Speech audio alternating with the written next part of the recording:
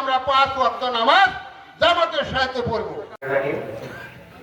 আজকের এই মাতারিয়া জামে মসজিদে ওয়াজ মাহফিল, এই 17 বছরে আমরা কিন্তু এই ওয়াজ মাহফিল ঠিক মতো করতে পারিনি। এবং এই ওয়াজ মাহফিল করলে ওসির পারমিশন লাগে, এসপির পারমিশন লাগে, এসআই এর পারমিশন লাগে, বিভিন্ন লোকের পারমিশন লাগে।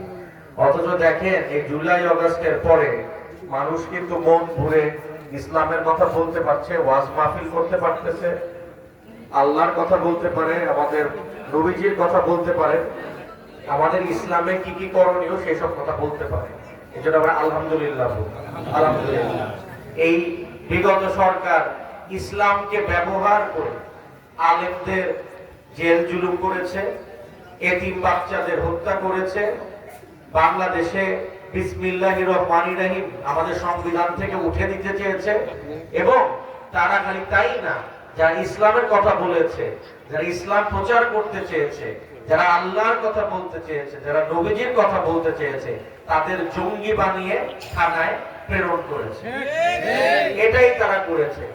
আমরা চাই বাংলাদেশের সকল মানুষ ধর্ম বর্ণ নির্বিশেষে যেন ভালো করে থাকতে পারে। এটাই ইসলামের শিক্ষা, কোরআন শরীফের শিক্ষা, যে যে যার ধর্ম পালন করবে। কিন্তু এই কথাও মনে রাখতে হবে যে বাংলাদেশ এমন একটা রাষ্ট্র, দক্ষিণ এশিয়ার ভিতরে একমাত্র মুসলিম রাষ্ট্র হচ্ছে বাংলাদেশ। এবং এই যে একমাত্র আমাদের মুসলিম রাষ্ট্র, এটাকে অনেকেই ভালো চোখে দেখে না। তারা বাংলাদেশকে তাদের অধীনে নিতে চায়, বাংলাদেশকে শাসন করতে চায়, বাংলাদেশের মুসলমানদের মুখ তারা কুলুপ দিয়ে আটকে রাখতে চায়। এটাই হচ্ছে তাদের মূল উদ্দেশ্য।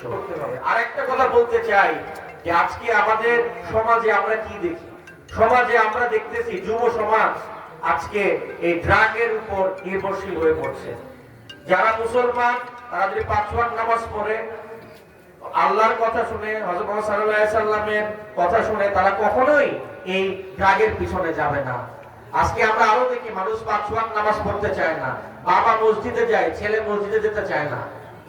অবশ্যই তাকে মসজিদে যেতে হবে, মসজিদে না পড়লেও 5 ওয়াক্ত নামাজ পড়ার চেষ্টা করতে হবে।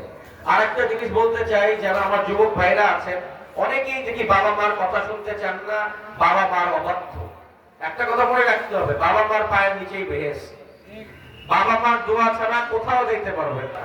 এবং আপনারা জানেন আমার বাবা চৌধুরী তানভীর আহমেদ সিদ্দিকী সাহেব আপনাদের সাথে দীর্ঘ 65 বছর সেবা করে দিয়ে গেছে। আমার পরিবার 500 বছরের ইতিহাস আছে, আপনাদের সেবা করে দিয়ে গেছে।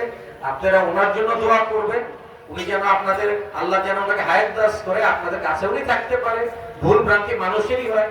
আপনারা বেগম খালেদা জিয়ার জন্য দোয়া করবেন, আপনারা জনাব তারেক রহমান সাহেবের জন্য দোয়া করবেন, আর আপনারা আমার জন্য দোয়া করবেন, আমি যেন আপনাদের সেবা করতে পারি, আপনাদের কাছে থাকতে পারি, আপনাদের সকল রকমের সুখে দুঃখে আপনার যেরকম সাহায্য দরকার সেরকম সেবা যেন করতে পারি। সবাই ভালো থাকেন, সুস্থ থাকেন। খোদা হাফেজ। বাংলাদেশ জিন্দাবাদ। আসসালামু আলাইকুম।